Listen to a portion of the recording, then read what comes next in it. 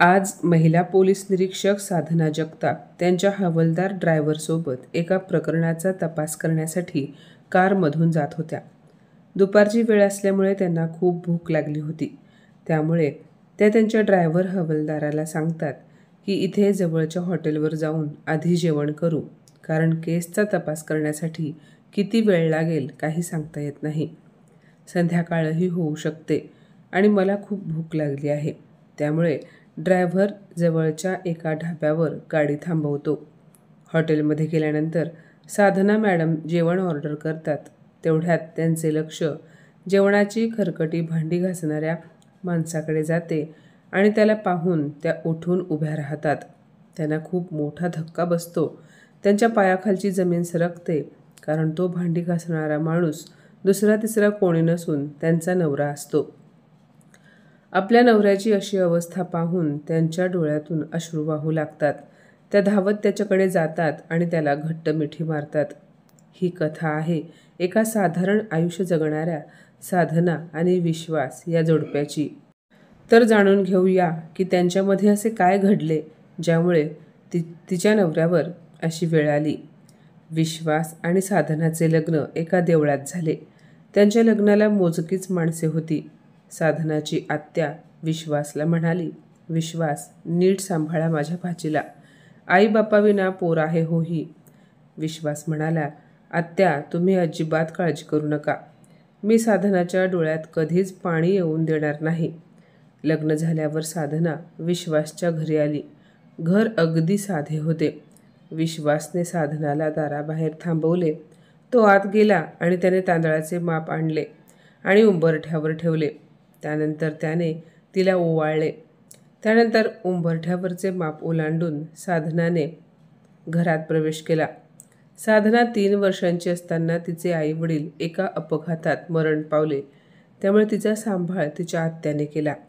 आत्याच्या घरची परिस्थिती बेताची होती. तरीसुद्धा आत्याने तिला 12वी पर्यंतचे शिक्षण दिले. एका जवळच्या नातेवाईकाने आत्याला विश्वासचे स्थळ सुचवले, कारण विश्वास हा सुस्वभावी निर्व्यसनी मुलगा होता. त्याच्या आईचे 6 महिन्यापूर्वी एका अल्पशा आजाराने निधन झाले होते. त्यामुळे आता आईच्या मृत्यूनंतर त्याचे आपले असे कोणीच नव्हते. विश्वास एका खाजगी कंपनीत काम करत होता. लग्नानंतर विश्वास आणि साधना आनंदाने संसार करत होते. साधनाला शिक्षणाची आवड होती, त्यामुळे तिला पुढचे शिक्षण घेण्याची इच्छा होती. पण नवरा काय म्हणेल ह्या भीतीमुळे ती त्याला ह्याबद्दल काही बोलत नव्हती. खरे तर साधनाचे सरकारी खात्यात नोकरी करण्याचे स्वप्न होते. मग ती कोणत्याही खात्यातील नोकरी असली तरी चालेल, जेणेकरून त्यांच्या घरची परिस्थिती चांगली होईल. विश्वास एका प्रायव्हेट कंपनीमध्ये नोकरी करत होता आणि त्याला तिथे 10,000 रुपये पगार मिळत होता. एके दिवशी साधना विश्वासला तिच्या मनातील इच्छा बोलून दाखवते. ती म्हणते, अहो, मला तुम्हाला काहीतरी सांगायचे आहे, पण तुम्ही रागावणार तर नाही ना? विश्वास म्हणाला, अगं मी का रागावू तुझ्यावर? बोल ना. साधना म्हणाली, माझे एक स्वप्न आहे, ते म्हणजे मी माझे शिक्षण पुढे चालू ठेवावे आणि शिक्षण घेतल्यानंतर सरकारी खात्यात नोकरी करावी. साधनाचे तिच्या नवऱ्यावर खूप प्रेम होते आणि विश्वास देखील तिची कोणतीही गोष्ट टाळत नव्हता. विश्वास तिला म्हणाला, अगं ही तर खूप चांगली गोष्ट आहे. जर तुझी शिकण्याची इच्छा आहे तर माझी काहीही हरकत नाही. मला दरमहा 10,000 रुपये इतका पगार मिळतो. आपला घरखर्च भागवून महिन्याकाठी जे काही पैसे शिल्लक राहतील त्यातून तू तुझे शिक्षण सुरू ठेव. नवऱ्याचे बोलणे ऐकून साधनाला खूप आनंद झाला. तिने एका कॉलेजमध्ये ॲडमिशन घेतले आणि संसार सांभाळत अभ्यास सुरू ठेवला. विश्वासने आपल्या पत्नीला पुढे शिकवले आणि काही काळानंतर पोलीस विभागातील भरतीच्या जागा निघाल्या. तेव्हा साधनाने बरीच तयारी केली होती. त्यामुळे तिने पोलीस भरतीचा फॉर्म भरला आणि मग पेपर दिल्यानंतर देवाच्या कृपेने तिची ही निवड झाली. तिची मेहनत आणि जिद्दमुळे तिला शेवटी कष्टाचे फळ मिळाले. तिला सब इन्स्पेक्टर म्हणजे पोलीस निरीक्षक या पदावर नियुक्त केले गेले. आता साधना आणि विश्वास दोघेही खूप खुश होते. साधना महिला इन्स्पेक्टर झाली होती, त्यामुळे तिच्या आनंदाला सीमा नव्हती. विश्वास आणि साधना दोघेही त्यांच्या मित्रांना आणि नातेवाईकांना ही आनंदाची बातमी देतात. ह्या सर्वांकडून तिच्यावर कौतुकाचा वर्षाव होत असतो. आता जेव्हा कोणी त्यांचा मित्र किंवा नातेवाईक त्यांच्या घरी यायचा तेव्हा ते साधनाचे खूप अभिनंदन करायचे. सर्वांनी साधनाला जणू डोक्यावर घेतले होते. पण जेव्हा लोक साधनाला भेटायला तिच्या घरी यायचे तेव्हा ते फक्त तिलाच भेटायचे. समोर विश्वास असला तरी त्याला कोणी विचारत नव्हते आणि ह्या सर्व गोष्टींमुळे विश्वास मनातून कुठेतरी नाराज होतो. तो विचार करायचा की जो कोणी व्यक्ती त्यांच्या घरी येतो तो थेट माझ्या पत्नीकडे जातो आणि तिलाच भेटतो, तिलाच विचारतो. सर्वजण तिचेच कौतुक करतात, गुणगाण गातात, पण एक नवरा म्हणून माझ्याबद्दल तर कोणीही बोलत नाही, मला कोणी विचारत नाही, मान देत नाही. त्यामुळे त्याच्या मनात असा विचार आला. तो मनात म्हणाला, बायको एवढ्या मोठ्या पदावर पोहोचली आणि तिच्यासमोर माझी किंमत शून्य झाली आणि याचा अर्थ बायकोसमोर माझे काहीही अस्तित्व नाही. साधना देखील त्या लोकांना माझ्याबद्दल काही सांगत नाही की कशी मी तिच्यासाठी दिवस रात्र मेहनत केली, एक एक पैसा वाचवून सगळा पैसा तिच्या शिक्षणासाठी खर्च केला. मी तिला पुढे शिकण्यास परवानगी दिली तेव्हा कुठे तिने हे पद मिळवले. जर मी तिला पुढे शिकण्याची काही गरज नाही असे म्हणालो असतो तर आज ती कुठे असती? असा विचार साधनाच्या मनातही येत नसेल का? का माझ्याशी बोलायला कोणी तयार होत नाही? मी तिचा कोणी लागत नाही का? या सर्व गोष्टींचा विचार केल्यामुळे तो खूप दुःखी झाला. त्याचे कुठेच लक्ष लागत नव्हते. इतरांचे सोडा, पण आता बायकोलाच जर माझी काही कदर नसेल तर काय उपयोग आहे तिच्यासोबत राहून? असे विचार त्याच्या मनात सतत येत होते. साधना तिचे स्वप्न पूर्ण झाल्यामुळे खूप आनंदी होती. पण जरी ती मोठी ऑफिसर झाली असली तरीसुद्धा घरात ती फक्त तिच्या नवऱ्याची बायको होती. आता तिच्या नजरेत विश्वासचे स्थान आणखीनच मोठे झाले होते. आणि का होऊ नये? जो नवरा बायकोचे स्वप्न पूर्ण करण्यासाठी, तिच्या आनंदासाठी रात्रंदिवस झटतो तो देवापेक्षा काही कमी नसतो. विश्वाससारखे खूप कमी लोक असतात जे बायकोला पुढे जाण्यास मदत करतात. असा विचार साधनाच्याही मनात यायचा. पण विश्वासच्या डोक्यात वेगळीच डाळ शिजत होती. बायको त्याच्यापेक्षा जास्त यशस्वी झाली आहे या विचारामुळे त्याच्या मनात ईर्ष्या निर्माण झाली.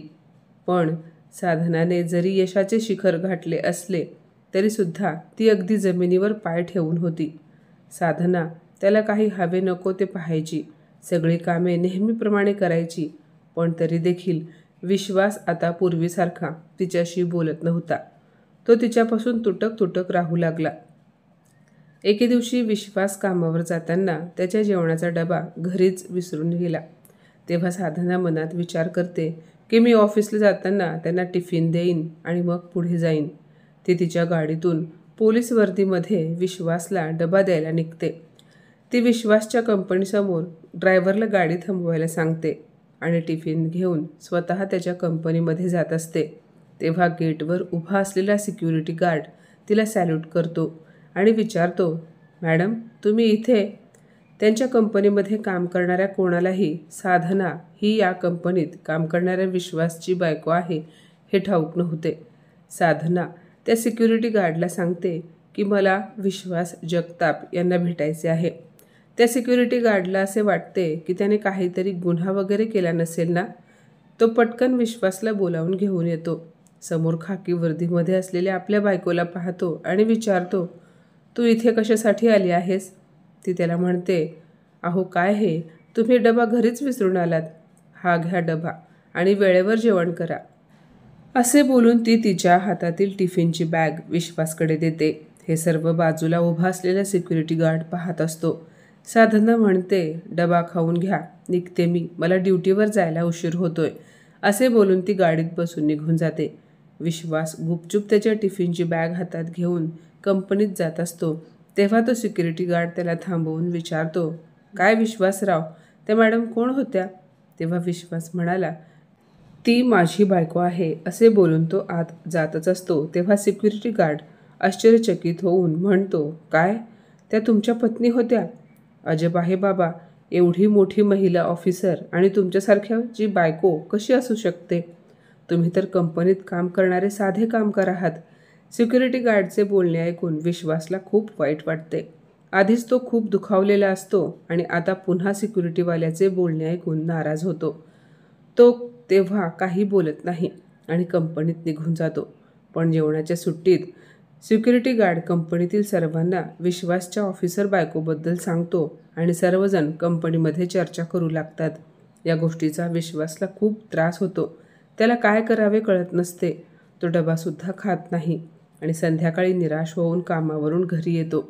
घराला कुलूप असते. साधना अजून ऑफिसवरून घरी आलेली नसते. विश्वास त्याच्याकडे असलेल्या चावीने कुलूप उघडतो आणि घरात जातो. आत गेल्यानंतर तो लाईटसुद्धा चालू करत नाही. तसाच खोलीमध्ये अंधारात बसून असतो. काही वेळाने साधना घरी येते. दिवे लागणीच्या वेळेला घरात अंधार पाहून ती विचार करते, विश्वास घरी आले असतील, पण तरी देखील त्यांनी लाईट का लावली नाही. विश्वासने दरवाजा अर्धवट लावलेला असतो. त्यामुळे साधना घरात येते आणि लाईट चालू करते. समोर पाहते तर विश्वास गुडघ्यात मान घालून बसलेला असतो. त्याला असे बसलेले पाहून ती म्हणते, काय झाले तुम्हाला? तुम्ही असे का बसला आहात?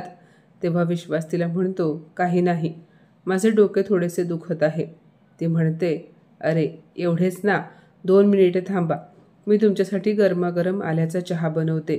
ती पटकन किचनमध्ये जाते आणि नवऱ्यासाठी मस्त असा आल्याचा चहा घेऊन येते आणि म्हणते, पटकन हा चहा पिऊन घ्या, त्यानंतर मी तुम्हाला बाम लावून देते.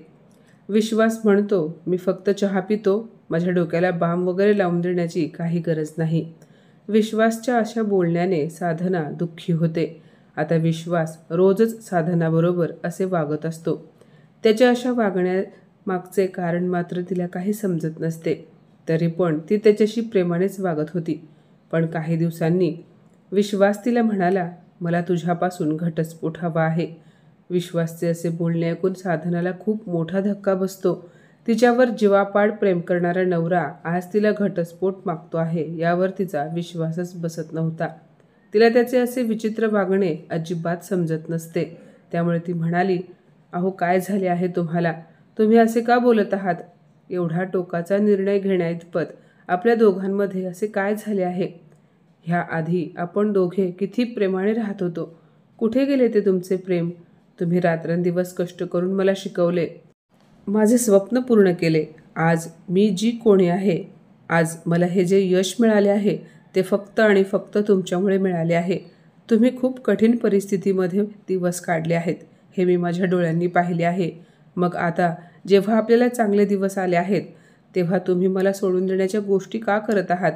हे बघा विश्वास, मी तुमच्याशिवाय अजिबात राहू शकत नाही. साधना तिच्या नवऱ्यासमोर हात जोडून उभी असते. तिच्या डोळ्यातून अश्रू वाहत असतात. ती म्हणते, मी तुम्हाला घटस्फोट देणार नाही, कारण माझे तुमच्यावर खूप प्रेम आहे आणि तुमच्याशिवाय एकटीने जगण्याचा विचारही करत नाही. साधना एवढी मोठी सरकारी अधिकारी असून देखील ती अजिबात गर्विष्ठ नव्हती.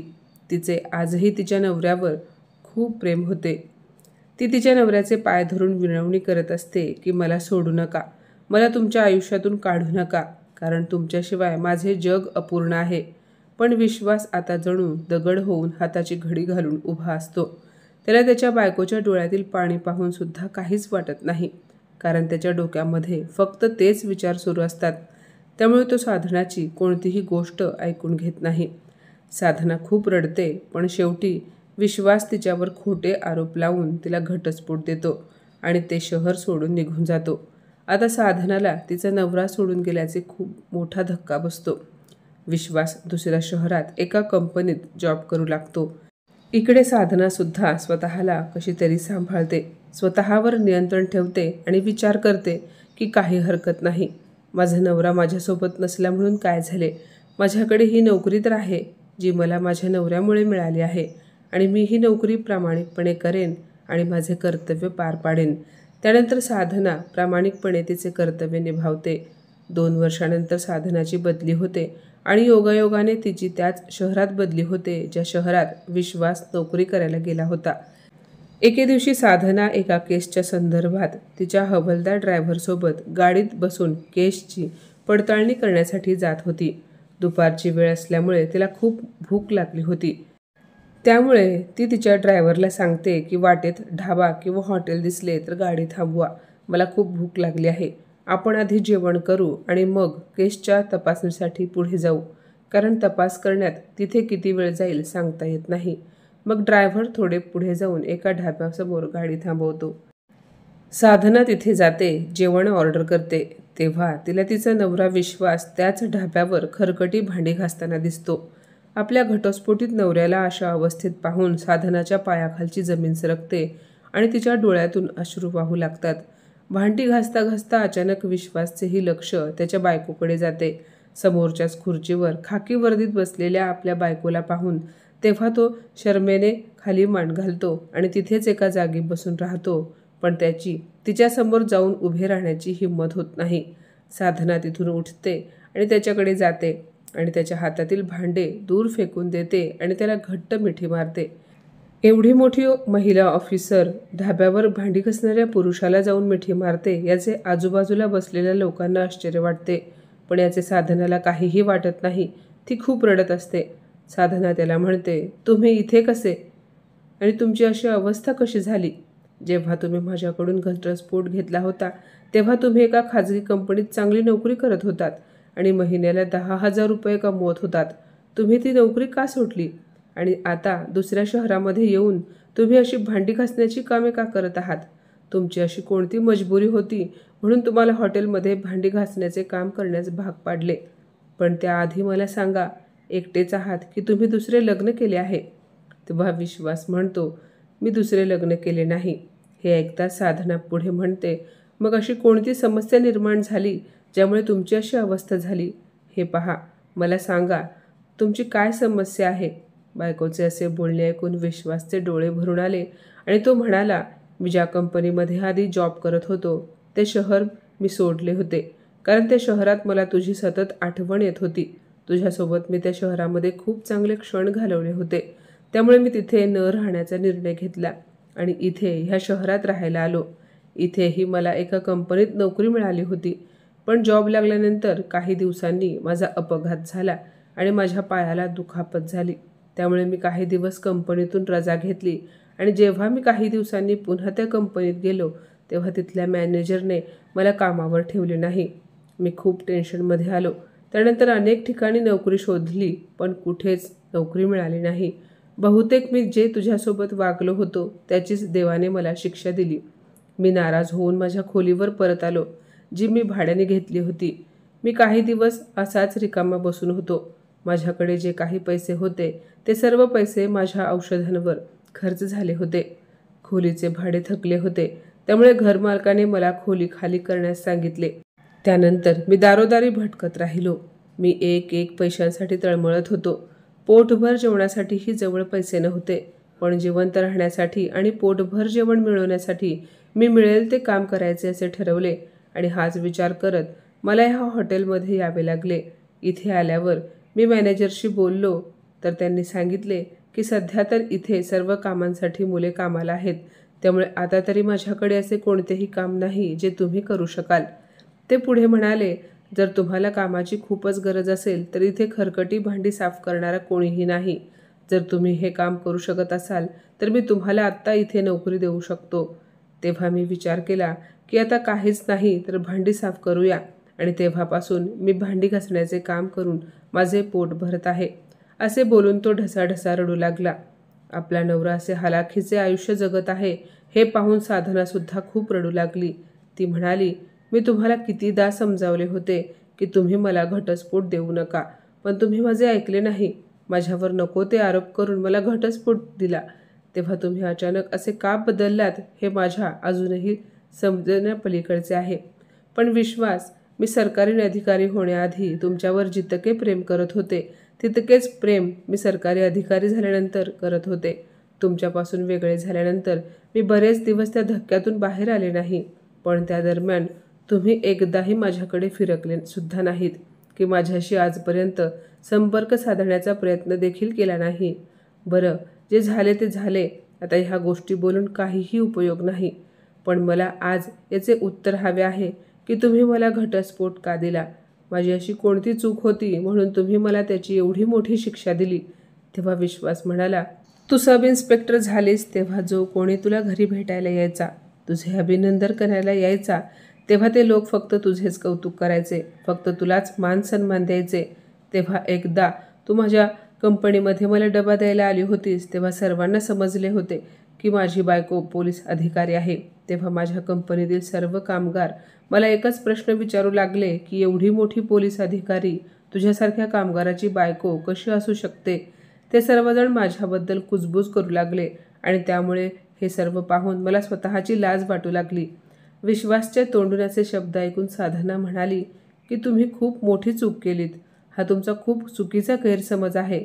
जर तुम्हाला असे वाटत होते की तुमचा आदर कमी होत आहे आणि तसे तुम्ही मला एकदा तरी सांगितले असते तर मी तुमच्यासाठी ही नोकरीही सोडली असती, पण मी तुम्हाला माझ्यापासून दूर जाऊ दिले नसते. हे बघा, माझे आजही तुमच्यावर खूप प्रेम आहे, उद्याही असेल आणि शेवटपर्यंत तुमच्यावरच प्रेम राहील. साधनाचे बोलणे ऐकून विश्वास अवाक होऊन तिच्याकडे पाहत होता. ती म्हणाली, पण हे बघा, आता तुम्हीही अशी कामे करू नका आणि तुमची परवानगी असेल तर मला तुमच्यासोबत पुन्हा एकदा संसार करण्याची इच्छा आहे. मला आपलेसे करा विश्वास. असे म्हणत साधनाने तिच्या नवऱ्याला पुन्हा मिठी मारली. ती खूप रडू लागली, पण विश्वास साधनाला म्हणाला, आता तू माझ्यासोबत कशी राहू शकतेस, कारण आता मी तुझ्या लायक राहिलेलो नाही. साधना त्याच्या तोंडावर हात ठेवते आणि म्हणते, हे तुम्ही ठरवू नका. ती पुढे म्हणाली, तुम्ही कालही माझ्या लायक होतात आणि आजही आहात आणि यापुढेही राहाल. तुमच्या गैरसमजामुळे किंवा चुकीच्या विचारसरणीमुळे आपण दोघे विभक्त झालो होतो. असे म्हणतात की गैरसमजामुळे कोणत्याही व्यक्तीच्या आयुष्यातील हसता खेळता संसार उद्ध्वस्त होतो आणि असेच काहीसे आपल्या दोघांच्या बाबतीत घडले आहे. तुमच्या मनात जो तुम्ही गैरसमज निर्माण करून ठेवला होता की माझा आदर केला जात नाही, माझी काहीच किंमत राहिली नाही, याच कारणामुळे तुम्ही मला घटस्फोट दिला होता. पण असे काहीच नाही. मी एवढे मोठे यश संपादन केल्यामुळे सर्व नातलग मित्रमंडळी माझे अभिनंदन करत होते, बाकी काहीच नाही. जर बायको मोठ्या पदावर पोहोचली तर नवऱ्याला आपोआप तिचा अभिमान वाटू लागतो की बघा, माझी बायको एवढ्या मोठ्या पदावर पोहोचली आहे. पण तुमच्यात हे गैरसमज कुठून आले? हे पहा, आता सगळ्या गोष्टी विसरून मला पुन्हा एकदा तुमच्यासोबत राहायचे आहे. आपले सुखी जीवन पुन्हा सुरू करायचे आहे. पण विश्वासला अजूनही त्याच्या कृत्याची खूप लाज वाटत होती. तरीही साधना त्याच्याशी खूप प्रेमाने वागते आणि त्याला गाडीत बसवून तिच्या घरी घेऊन जाते. दोघे पुन्हा लग्न करतात आणि आता ते दोघेही आनंदाने संसार करत आहेत. तर माझ्या मित्रमैत्रिणींनो, आजची ही कथा तुम्हाला कशी वाटली कमेंटमध्ये नक्की सांगा आणि अशाच नवनवीन कथा ऐकण्यासाठी प्रज्ञा मराठी स्टोरीजला नक्की सबस्क्राईब करा. धन्यवाद.